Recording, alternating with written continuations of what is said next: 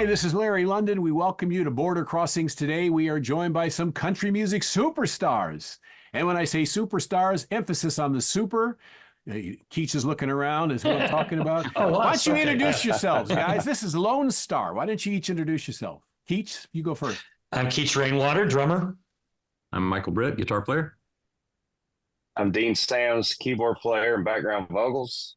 And I'm Drew Walmack, and I'm lead singer and guitarist extraordinaire. It's great to have you guys on, and congratulations on all these years of history, 25 years of music history, and the millions, tens of millions of records you've sold, and all of the touring and the traveling you've done, and not to leave out the fact that you've got all kinds of awards, Academy of Country Music Award, CMAs, you got it all, Song of the Year, Record of the Year, Artist of the Year, Group of the Year. We sound like a big deal when you say that. Well, you are a big deal. You are. We wouldn't talk to you if you weren't a big deal. We're glad to have Lonestar with us. This is their second time on the show. The first time was right around 1999 when Amazed was #1 on the country charts for 8 weeks and also #1 on the Billboard pop charts as well. And that kind of set the tone for Lonestar. How has it been since 1999, building up to where you are today? Wow, it's been incredible. I can tell you, 1999, before 1999, we had a few #1s. We had Everything's Changed was a #1. Come Crying to Me was a #1. No News was a #1. But we say those songs took us around the United States and Canada, but Amazed hit in 1999. Spent 9 weeks at #1 on the country chart, crossed over to the pop chart, spent 2 weeks at #1, and it really took us around the world many times over, and it's just been a whirlwind ever since. Well, Dean's being very, shall we say, modest, because the group Lonestar have had 10 #1 songs and 22 top 10 singles. So that's quite an impressive list of accomplishments. I mean, the band has evolved in 25 years now. So today, has your sound changed? Do you guys have the same sound, do the same thing? You change it up a little bit? How when people go to a Lonestar show, what do they see? Well, the funny thing is, anytime we all play together, it sounds like Lonestar. And we've had different people coming in and out of the band a little bit, but the core of the band has always been the same. But Drew brings just a new voice and a new energy to us, but there's something so familiar about Drew's voice that even if they don't know they've heard him, they've heard him before, so it's familiar, and he blends so well with what we do anyway, though. It's a match made in heaven to me. So to me, I just feel like we've gotten a new lease on life with Drew in the band, and we're still doing all the great songs that people know and love from us, and it's fun. I think we're at a good, I don't speak for everybody. I feel like we're in a pretty good spot in our careers where we've had a lot of success and we've had a lot of fans, and now we just get to go out and play for fun.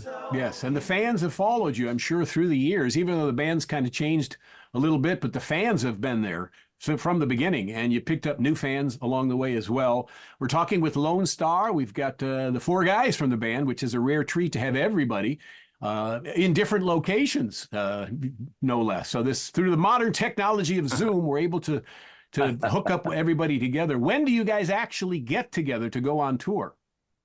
You mean typically? Normally we'll go out on tour on the weekend, or it's somewhere, it falls right around the weekend times that we normally go out. So we'll leave, like, say, on a Thursday night, we'll do a Friday and a Saturday and maybe a Sunday show, or sometimes just a Saturday show. It just depends. We'll leave the night before, usually on the tour bus. We'll all get together, park our cars in our own little area that we call the band cave. And it's where we keep the bus and we rehearse and we, park our cars and stuff. We head out usually around midnight or in the evening, depending on how far we have to go. And the bus will drive all night. Dean is our backup driver. He's our relief driver. So it'll be between our driver and Dean to get us to where we go. And then the crew sets up and we get to play on our playground for 2 days. Well, I do want to talk about Iconic Volume 1, which is the new album, and that's what we're all excited about because it's coming out soon in a few weeks. And you've done something a little different. You tried something daring, and I think, Drew, you said you were kind of hesitant to tackle an Adele song. Yeah, it was anybody should. Iconic is the name of the record, and for good reason. We chose 5 female rock singers that have influenced us in some way or fashion through the years, and that one, the Adele song, was a challenge to sing. But it's I love challenges, and she's just such an amazing singer.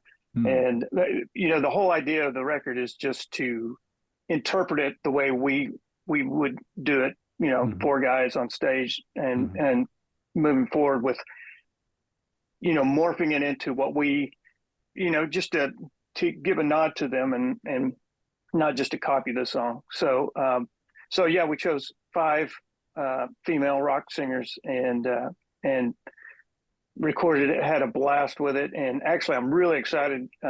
We have 2 shows this weekend, and then next week we rehearse for the new show, where we're going to be playing a lot of these songs, and it's going to be amazing. So you kind of released your first single in May or April, and then now here we are at the end of June, middle of June, and it's the album's getting great reviews. The singles have gotten great reviews, and so everybody's excited and eager for Iconic to come out.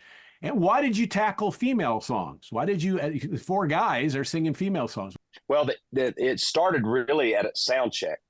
Drew was singing a Cyndi Lauper song one day, and it just kind of turned into, I think Michael chimed in and started playing along, and it became a conversation. Wow, wouldn't it be cool? I think Drew said, wouldn't it be cool if we, recorded some great songs, and it turned out to be great female songs. And then we decided to have each band member pick one.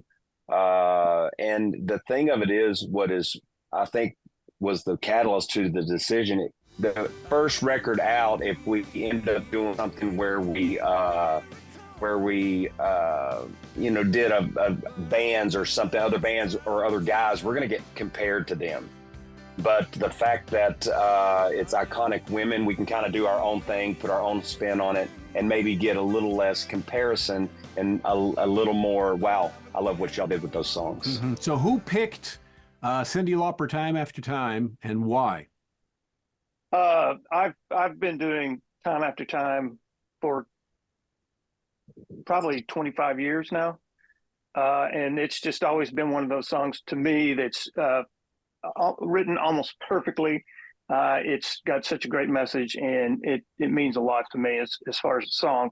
And when we're in sound check, like Dean said, I just get up on the microphone and start singing so he can kind of EQ my voice, our sound engineer, and everybody just chimed in, and it just kind of came together. And So Drew, you got some big shoes to fill, and you are now the new lead singer and the new voice of Lonestar. This must be a very exciting time for you. I've known these guys longer than Richie has, actually. We were in bands back in late 80s, early 90s in Texas, and I just I kept in touch with them through the years. And then I had my band Sons of the Desert, and we kind of were riding behind them on the coattails of Lonestar success. And we just then I moved back to Texas, and I just reached out to Michael Britt one day. Wow. And Richie had quit again, and it was just one of those strange timing things. I wasn't catching any fish, so I stopped and I went on Instagram and saw that Michael was on there. So I asked him a question about an amplifier. That's it. That's it. That's the story. That's how it happened. That's a pretty simple story. So now you guys are known as a country band. You guys are well established as a country band around the world, and yet the new EP is not country songs. It's pop songs. So what does that mean for Lonestar? Are you changing your genre? Are you changing your lane, or are you just trying something different for fun? I'm not sure there really is a country music anymore. Everything that I hear on the radio doesn't really sound like the country we grew up listening to. So I don't think there's so much genre melding, going on these days, so I don't think anything of it. We've always had a rock element in the band with Keach and I playing, and but we all love country harmonies and country songs, and songs that say something. And that's the funny thing is, when we start doing these rock songs that are written maybe 20, 30 years ago, they sound more like country songs to me than some of the country things I hear on the radio now. So to me, I think we're still staying in the same lane we've always been in.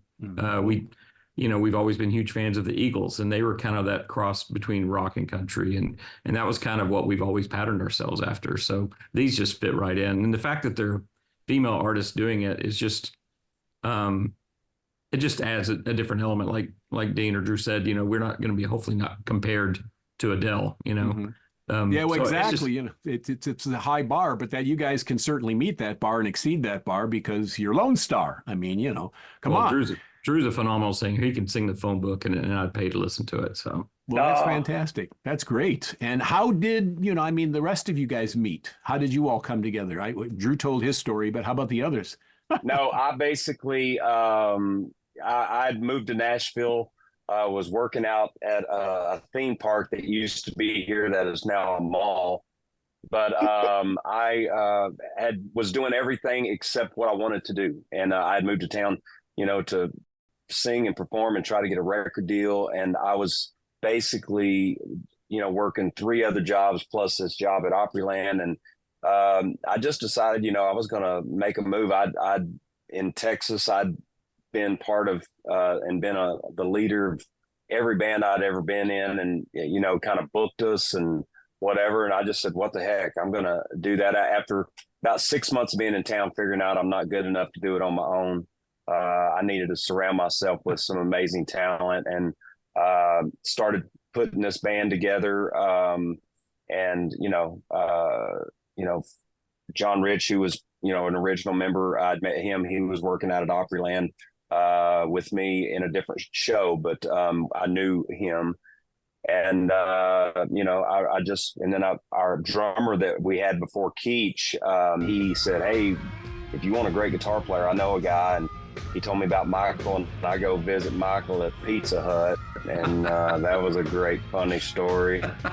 And you gotta get some free pizza out of this plug, because Nobody there was got no free pizza. I wish, but no. But I gave him a cassette with was like 40 or 50 songs or something like that to learn, and we immediately started on our path. And then Keach was really such a big part of coming into this band. We had been through 3 other drummers before him, and he came. He was really the last guy to be a part of it. About 6-8 months before we got a record deal, and I think we were pretty good before Keach came along. But once Keach joined the band, I think we became a really great, solid band, and the success quickly followed. I mean, we traveled around in my 2-door Jeep Cherokee for a little over a year, then upgraded to the van and trailer, and then 2.5 years into this thing, we had a record deal and we were off and running. So Keach, who did you get inspired by as a drummer? I mean, who is on your list of the best drummers? I never was a big Ringo fan, I didn't listen to the Beatles that much growing up, but like the drummer for Boston, I was a big Boston fan, More than any of the classic rock guys. But then I heard of a guy named Steve Gadd, and he played like on 50 Ways to Leave Your Lover, and he was like a jazz kind of, and played on all the pop records that you ever heard of. Just a great drummer. And once I learned about him, then I started practicing harder, and it really inspired me to be a better drummer and to to make a career out of it, and start taking it serious. And I would say Steve Gadd. I was hoping you were going to say Larry London, the drummer. Larry London. That's actually, what I was once I heard, what's that song called? My Sherry or whatever? Yeah. Sherry. Oh, Sherry. Yeah. From Steve Perry. That I knew that was Larry London. Someone told me that was Larry London. And I became a fan of Larry London after that, Oh, well, thank you. We have the guys from Lonestar on. Michael, you mentioned that a lot has changed in the business from when you started. And formats and genres are blending together, and it's a kind of like a smoothie is what one artist once described music as a smoothie, a bunch of ingredients. Do you like the way the business is today? Do you like now we're in a technological time where you can record songs from remote locations and put the pieces together? Or do you like the old style of, the garage band? Let's get together and do this together when you're recording. I think there's pros and cons to both. The pros for now is that, it's kind of a democratic kind of free for all. It's kind of like the Wild West, and anybody can make great records in their house anymore. Billie Eilish sold millions of records from a record she made in her house. But also it takes a lot more for the listener to weed through, because now there's so much stuff in this Right. new Wild West age. Before, you had like the gatekeepers that would let people know what they thought was the best stuff, and they would put that on the radio. So you only heard a small smidgen of what was going on in the world at any time. Now, with the internet, social media, everything, the world is your oyster. You can go find anything in the world. So now I think it's more about trying to find what you like. And sometimes that's a little more challenging, because there is so much out in the world. And so it's there's kind of pros and cons to both. And But one the of the big things- thing is I will say, I was going to add to that. I will say that when we first started working on this iconic Volume 1 album, the original idea was Drew was going to put an acoustic guitar down and sing, send it to Keach. Keach was going to add drums to it, send it to Michael. Mike would add guitar to it, send it to me. I would add key stuff to it, and kind of build it that way. And, which is an okay way to do it. But I begged the guys, I was like, please, let's go in the studio and let's do it like we do it, because there's, everybody in this band is, I'll withdraw myself from that, but everybody else in this band are amazing musicians and very great at what they do. And, and would do great, but there's something magical about the four of us in a room together, bouncing ideas off of each other as it's going down, as opposed to somebody just doing what they think and then send it to somebody and then you add to it. It was a very collaborative effort, and I feel like this record sounds as amazing as it does because of us being in a room together and bouncing off of each other. And you guys are very smart. You're doing it the right way, because as not only has the technology changed the way you record music, but it's also changed the way people get music now. And now we're a world of streaming, and album sales going down, and it's harder to sell albums than it used to be when there wasn't streaming available. So how you guys have adapted? Obviously, you got a 5-song EP, so you did it the smart way. You decided we're going to release an EP and a bunch of singles, and then how about after that? Do you think? I mean, if the songs go back to number 1, you get another 5 number ones. Will you make a full album? We'll probably end up cutting 2 or 3 of these volumes of Iconic, and then making that a full album. But we just kind of want to test the water. But while we're doing these songs that influenced us, or we chose to do our own interpretation, somehow or another, we're going to get a full recorded record with new material on it as well. So, but these Iconic volumes are going to be more of just A series? something. Yeah, it's a series, and we want to keep new stuff coming out every year from here on out. Oh, that's Well, the good. ultimate goal is you take these iconic songs by iconic artists. The first version, as we know, is all iconic women. But the songs themselves get such a reach, and then we put our versions out there tagged along with these iconic people, and it starts making people turn their heads to us and go, wow, what's Lonestar got going on? We get that going, a volume 2, a volume 3, and then meanwhile we're recording a whole new record or EP of new songs that we've written and gone back in and re-recorded. It kind of just keeps us in the forefront of everybody's mind, keeps us relevant, and it keeps our fans happy, because that's what they want from us. They want new music. They love our old stuff, and always will, I think. But we've got to keep the train going with new music, and it keeps us motivated as well, which I think is very important. I was just going to say that no matter what happens in an hour and a half show, an hour's worth of that is number 1 songs that people came to see. So we have a window of pockets of the show that we have to put new material in. But when you've had so many songs that people recognize, that is the core of your show. Mhm. So that's what I was.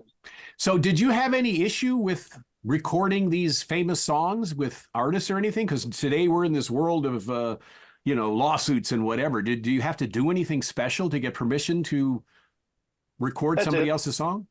Yeah, you just have to get permission, license it. Yeah, you just have to get a license for it, but it wasn't an issue. And we even got our first release was "You Make Love and Fun" by Fleetwood Mac, and Mick Fleetwood, gave us a really nice nod to recording their song.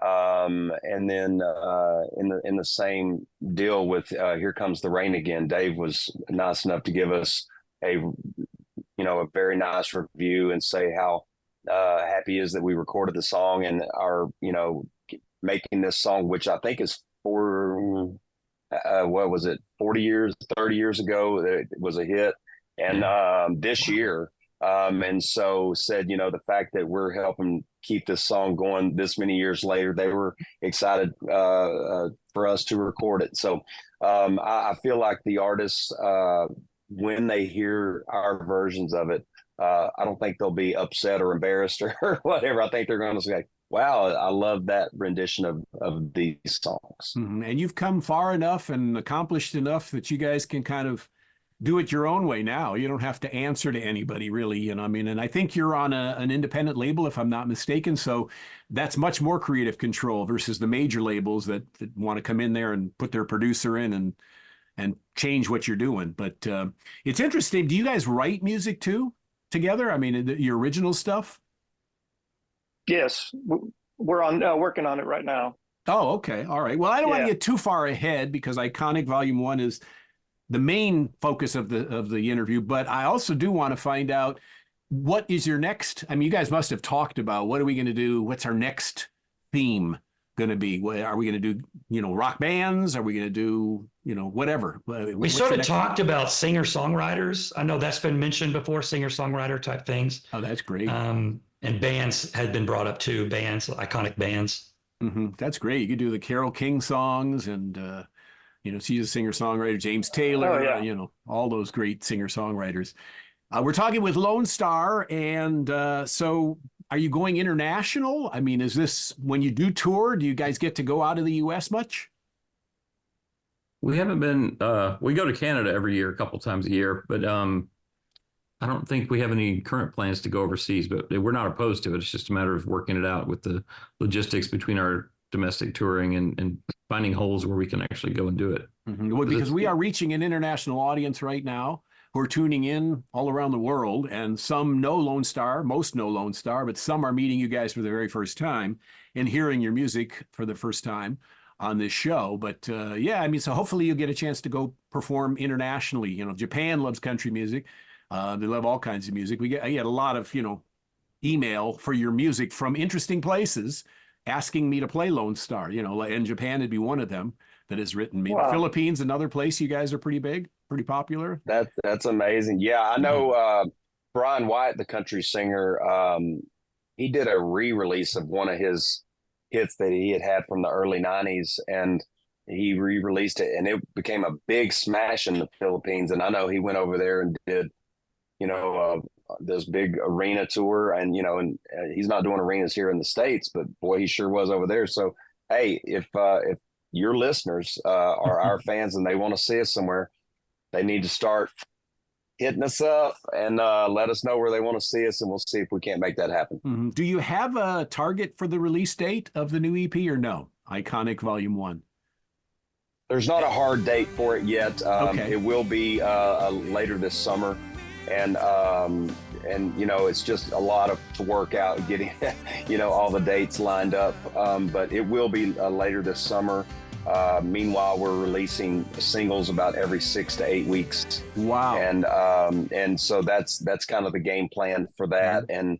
And from the reviews we got on "You Make Love and Fun," I feel confident that the fans are going to really love the remaining songs that are going to be coming. Right. And since we're on here in June now, I mean, we're at the second single, I believe, which is "Here Comes the Rain" from the Eurythmics. And so that you guys made videos for all these songs? Sorry, we had a video for "You Make Love and Fun" that was out that people could see, and it was really nice. And I believe for this next one, we're going to do little visual, you know what a visualizer is, right? No. It's kind of not the full song, but it's kind of like some visuals that you would either graphically or even the band, like a video of the band doing something. It doesn't always have to sync up with the song, but it's like some kind of visual thing that could go along with the song, but it's usually not the full song, and it will link to Spotify. So if they watch the visualizer, they will go straight to Spotify to listen to the rest of the song and that kind of thing. So I think that's what we have it set up for this next one. It creates moods for the songs. It's kind of like all the kids are doing it, you know. All the kids. And, all the kids are doing it, and it basically creates a mood for the song without going in and doing a full video for the song. But it does play for the entire song, so it's 30 to 40 seconds of different moments with the band that'll be in it, and to create the mood of what the song would be about. Mm-hmm. And then those loop throughout the entire song. So we're going to be doing visualizers for sure for the next 2 releases. All of these great songs that you've recorded, and each one of you contributed, as we said earlier, each one of you contributed a song. Somebody got 2 songs because there's 4 of you and there's 5 songs. We actually have a bass player unofficial member. Yeah. Yeah, we have an unofficial. Our bass player got to pick one too. The unofficial member picked the song. Oh, you guys are generous. Robbie, he's a great guy. Been with us for 14 years, touring with us. We call him a side guy, but he's a really important part of the band, and he's family for sure. And so he's the only other one on stage with us, and so it was never a question that he was going to get to pick a song. And he played on the record with us as well. So the bass that they hear is him laying it down low and tight. Yeah, so you good. Really, you did a great thing by combining all the different eras that you've combined. The 70s, you got Fleetwood Mac song. The 80s, you got Eurythmics. Then the 90s, you got Pink. A Pink song. So that's really cool how you did that. I mean, that's pretty smart. Was it planned out, or did it just happen that way? Oh yeah, we're brilliant, and we. I never even thought of that until you brought it up. I didn't either. If there's one thing we've learned as a band through all these years, is that a good song is a good song.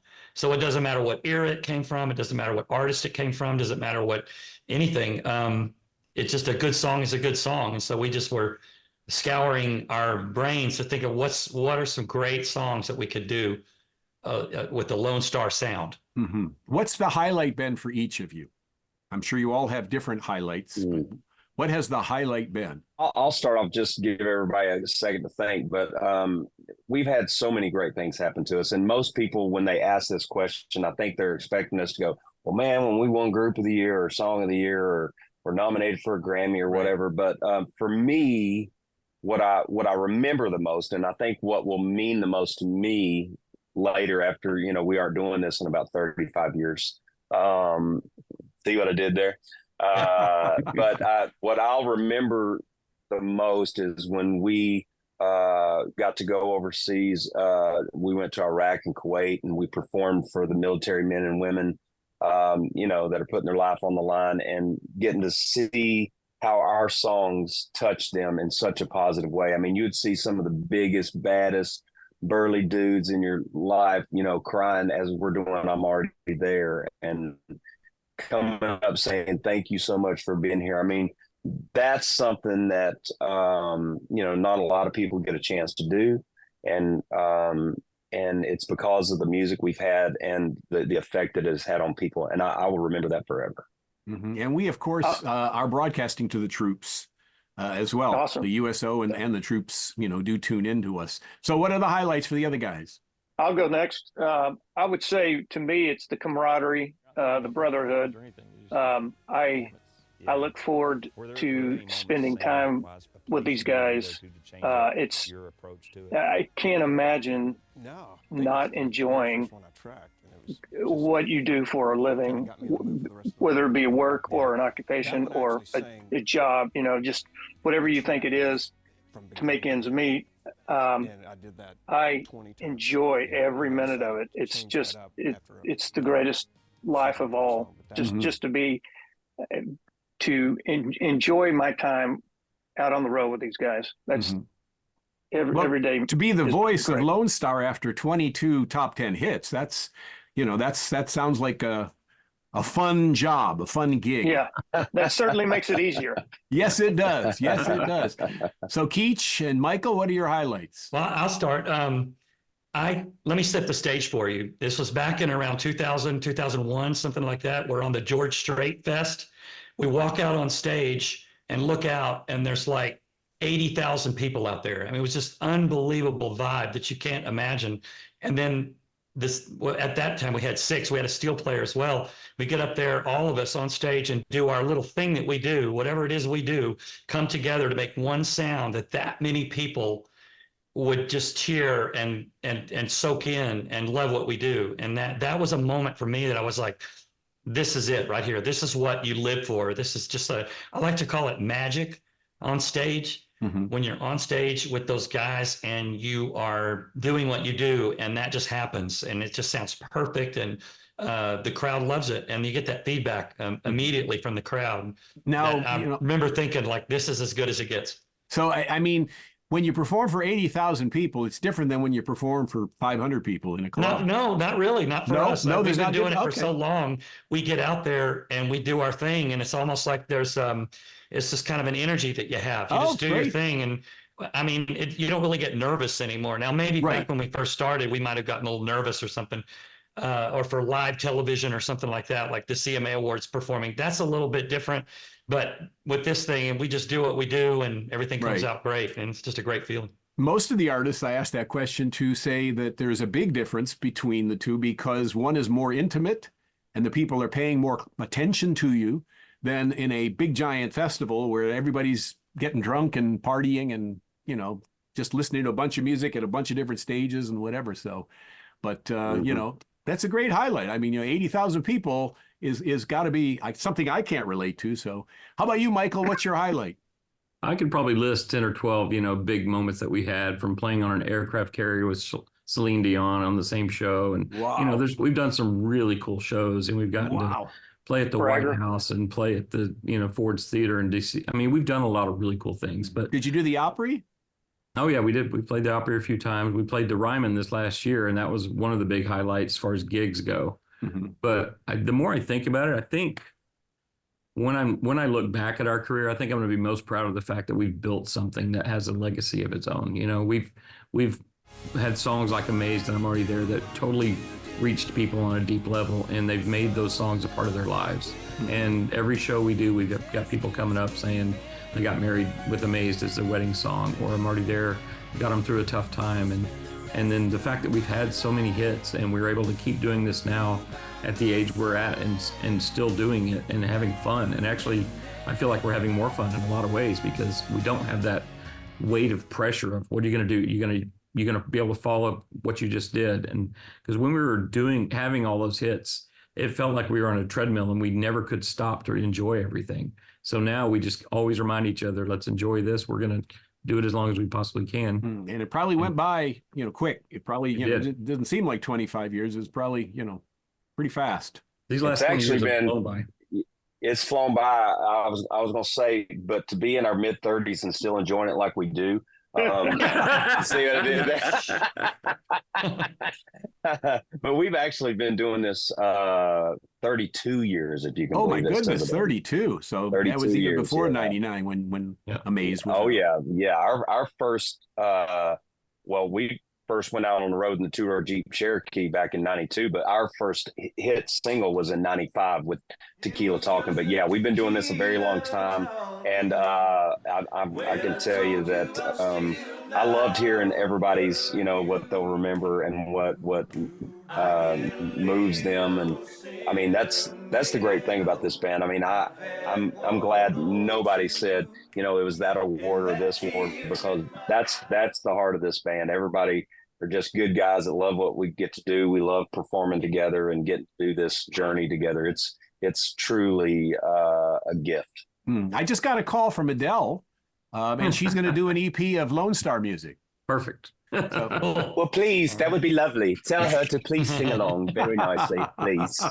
Where were you guys when your song reached, at different stages of your career, number one? Because you've had so many number ones. I mean, it's got to stand out to you to Wow, where was I? I remember, those are memories that stay with you. There was a moment where like we were untouchable. It was like everything was just all firing on all cylinders. So Amaze had spent 9 weeks at number one, crossed over and was spinning its second week at number one on the pop chart, while Smile, which was our follow-up single, was number one on the country chart. So we had the number one song in pop with Amaze. We had the number one song in country with Smile, walking the red carpet of the Grammys, nominated for a Grammy. But you know, life has a way of keeping you humble. So as we're walking the red carpet with all this stuff going on, we were as big as it got, right? We thought. And then there are all the you have all the dots that you stand on as you're moving down. Think, well, these people wanted us out of the way. The people taking the pictures are going, get out of the way, get out of the way. Genuine over here, Genuine over here. Y'all move. Who are y'all? Get out of the way. They were mad because we were blocking Genuine, who I didn't even know who that was. But they wanted us out of the way. So as we tucked our tails and lowered our heads and we're walking off the red carpet going, number one song in pop and country with two different songs. But and they want we got a lot of the who are you guys? Help me with a name here. Who are you guys? Yeah, who Lonestar? Yeah. Well, they are Lonestar, and they are with us today. Yeah. We're excited about the new EP, that's Iconic Volume 1. And it's the first of what will be many for 35 years. I guess you got to come up with many. And that's what Dean committed to the band. So it looks like you got 35 years of music more. 35 more years. There we 35 more years. But so before we finish, because I've taken up plenty of your time. Thank you for being so generous with your time. I wanted to first ask, what are your socials so that people can get in touch with you and find you and, check out your tour schedule when it's posted and things like that? Where do they go? Well, the website is lonestarnow.com. Is that still correct? Yeah. And I'm looking. That is still correct. Yes. Band. I'm not even sure about our band anymore. Yeah. LoneStarNow.com. LoneStarOfficial.com is the website. Yeah. Mm-hmm. And then Lone Star Official on Instagram. Do you have Twitter? We got too, a TikTok, but I can't tell you what it is. We have a TikTok, but I can't tell you what it is. Just search for Lone Star, huh? Yeah, TikTok, Facebook. We'll search for Lone Star. We have all of them. Well, the other thing I wanted to ask you to do in closing here is, because we have such a large audience and a diverse audience in many different countries, and in continents around the world, give you a chance to say, whatever it is you want to say, whatever your message is to the world, which, our audience includes the troops. So if you've got something you want to say to the troops as well, go for it. Well, I'll start off. I'll just say that, we've been doing this a very long time together, and that only happens when you have fans that like what you do. And we've received over the years thousands of letters, lots and lots, many thousands of emails and messages on all the socials saying that our music has touched them for this reason or that reason. And I can tell you, it does not fall on deaf ears. We are so proud that what we do moves people. We love performing live. If you've never seen a Lone Star show, wherever we are, come see it. We are putting out the best shows we've ever done in our career. And we want you to jump on the train and come enjoy this experience, because it is a good one. We like to say we take you on a musical journey. Mm-hmm. And we do that. And I feel like we're doing it at the best level we've ever done it. So come see us. And as Dean said earlier, it's, never ending challenges, lots of fun. It's kind of an endless journey that you guys are on. But, you had mentioned future plans and things like that. So we're excited. Lone Star are back. Because you kind of were laying low for a little while. It's been a while since you put out new music. So it's great that you guys are back. And Iconic is the name of the new album, Volume 1. And please get a copy. So thank you guys, unless somebody has something else they want to say to our audience. Just thank you. No, you're awesome. Thanks to all, everyone that listens. Mm-hmm. Now, Dean, one question. I'm sorry I lied. I'm going to ask another question. You said you wanted the band to do this in person. You were the motivating force behind saying, when we record this next album, we need to be together. So, versus separate and piecemealing it.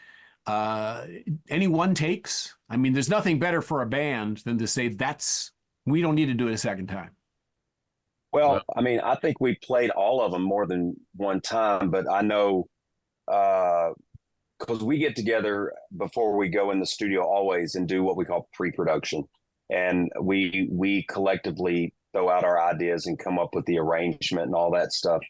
But I don't think any of them were more than maybe a couple takes. I mean, it was pretty magical. The things I know, Michael, he's such a perfectionist. But I've said any interview you've ever heard on us for years, I say Michael to me is the sound.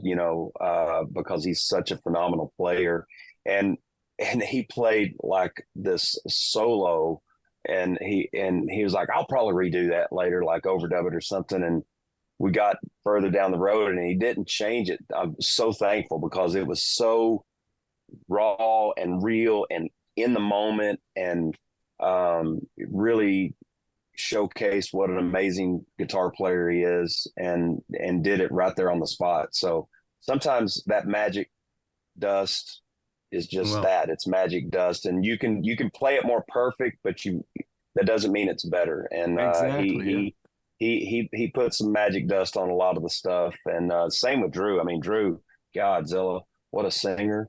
And his tracking vocals could have been the main vocals half the time. I mean, they could have been good. Well, thank you guys for joining us. I mean, Drew and Michael and Dean and Keach. It has been a pleasure and an honor to be able to have you guys on the show again. And don't be strangers, after you guys, come out with another EP, I want to have you back on. And I appreciate you being so generous with your time. And it's great to meet all you guys. And I love your music. Thank you. Love all your stuff. Yes, thank you. Thanks Thank you a lot. Appreciate your time. Lonestar, our guests. Iconic Volume 1 is the name of the new CD. Thank you so much for watching. This is Border Crossings on VOA TV.